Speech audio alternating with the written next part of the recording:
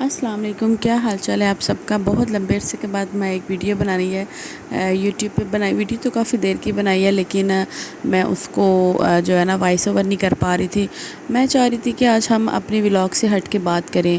میرے ذہن میں بڑی باتیں آتی ہیں، اور جن باتوں کو میں میرے پاس ایسے الفاظ نہیں ہوتے کہ میں انہیں کس طرح ترتیب دوں اور کس طرح میں وہ بات بیان کروں۔ میں اکثر اپنے گھر والوں سے یہ باتیں کرتی ہوں تو وہ مجھے کہتے ہیں کہ تم مرد اور عورت کی بات کرتی ہو۔ تو میں کہتی ہوں دو ہی تو جینڈر ہیں، ان دونوں جینڈرز کے علاوہ ہم تیسرے کسی بھی جینڈر کی بات نہیں کرتے۔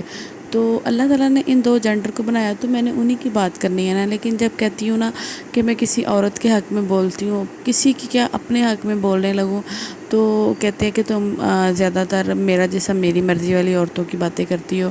حالانکہ ایسا نہیں ہے، میں مردوں کو بھی بہت مانتی ہوں اور عورتوں کو بھی مانتی ہوں۔ اللہ تعالیٰ نے جو دو جینڈر بنائے ہیں، دونوں کو مطلب بہترین اور افضل بنایا ہے۔ اب میاں بیوی کا ہی رشتہ لے لیں۔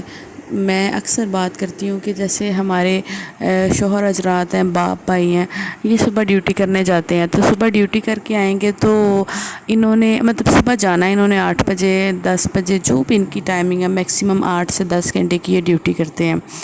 اب یہ میکسیمم 8 سے 10 گھنٹے کی جب ڈیوٹی کر کے آ کے یہ کہنا کہ میں اب چودھری بن کے لیٹنے لگا ہوں، اب میرے آگے کھانا پیش کیا جائے، چلے بالکل یہ تو ان کا حق بھی بنتا ہے کہ وہ اتنا ٹائم ڈیوٹی کر کے آئے ہیں اور انہیں کھانا اچھا سا دیا جائے۔ اچھا سا کھانا دینے کے بعد وہ آرام فرمانا چاہتے ہیں، جی اب ہاتھ میں موبائل اور ہم آرام کریں، ارد گرد کوئی شور نہیں، کوئی بچوں کا کچھ بھی اس طرح کی کوئی چیزیں نہ ہو۔ میں نے ریئلٹی بیس پہ بات کر رہی ہوں۔ اس ریئر ہی ہوتا ہوگا وہ کیس جو مرد آ کے گھر میں اپنی بیوی بچوں کو زیادہ ٹائم دیتے ہیں اور موبائل کو کم، لیکن آج کے دور میں ابھی تک میرے سامنے جتنے بھی کیسز آئے ہیں، سب میں بیوی بچے منہ دیکھ رہے ہوتے ہیں باپ کا، شوہر کا، اور وہ اپنے موبائل کا منہ دیکھ رہے ہوتے ہیں۔ انہوں نے اپنے آپ کو بالکل اس کا غلام بنا لیا۔ تو میں ایک بات ہی اکثر سوچتی ہوں، میں نے کہتی ہوں کہ دیکھو جب آپ بھی 8-10 گھنٹے کی ڈیوٹی کر کے آئے ہیں، اب اس کے بعد آپ کی بیک اپ پہ جب آپ ڈیوٹی پہ تھے تو آپ کے پیچھے آپ کی بیگم بھی تو مینیج کر رہی تھی نا گھر کو۔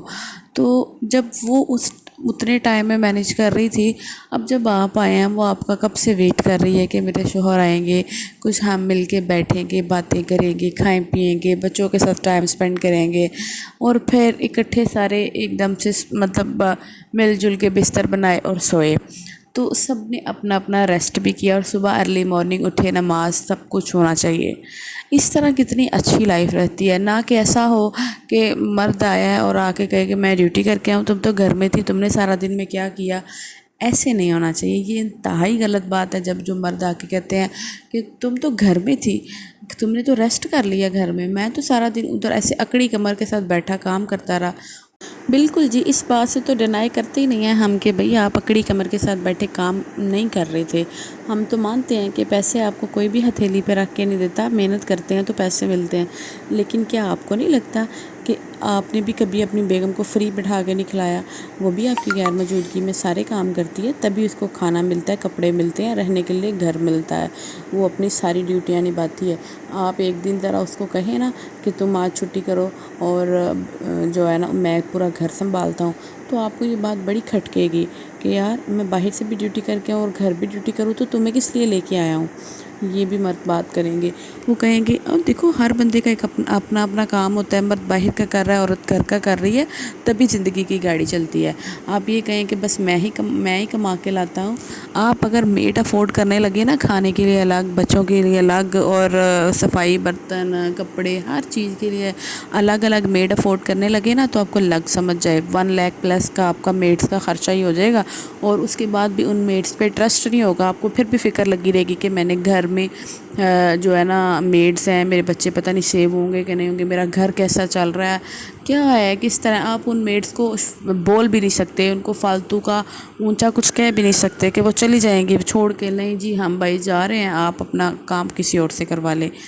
لیکن آپ بیگم کو تو اتنا کچھ کہہ دیتے ہیں، سنا دیتے ہیں، اور بے جھجک بے دھڑک سارا کچھ کہی جاتے ہیں، اس کے سپورٹ سارا کچھ کر کے چلے جاتے ہیں، اور وہ آپ کے گھر کو اتنے پیار سے سنوارتی ہے، سجاتی ہے، اور بدلے میں وہ کیا کہتی ہے کہ یار جب آپ رات کو آؤ تو مجھے بھی ٹائم دو، میرے بچوں کو ٹائم دو، ہمیں ٹائم دو، ہم گھر میں آپ کا ویٹ کر رہے تھے، ہمیں صرف آپ کا ٹائم چاہیے، ہمارے ساتھ بیٹھ کے کھانا کھائیں، ہمارے سے باتیں کریں، موبائل سے باتیں نہیں کریں۔